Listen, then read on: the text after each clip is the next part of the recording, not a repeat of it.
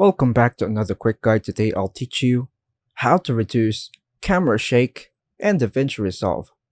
And it's literally an easy process. Make sure to watch until the end of the video to know how it's done. Reducing camera shake in DaVinci Resolve can be effectively done using the built-in stabilization feature. Here's how you can stabilize your shaky video footage. Firstly, launch your project, choose it, then hit open. If your footage isn't already in the project, import it into the media pool by dragging it in from your file explorer. Then drag your shaky video clip onto the timeline. Click on the clip in the timeline to ensure it is selected. The DaVinci Resolve stabilization tool is located in the Inspector tool. Look for the Stabilize tab.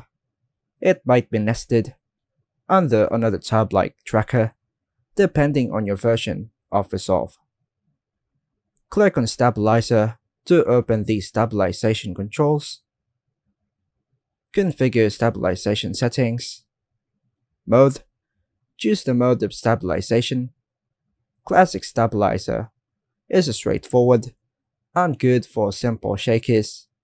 Perspective, similarity, and transition are more advanced, analyzing movement in different ways to achieve a smooth result.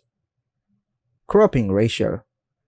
Adjust how much DaVinci Resolve can crop, zoom into the image to stabilize it.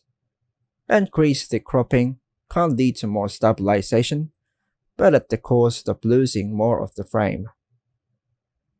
Smoothness. This controls how smooth the stabilization will be.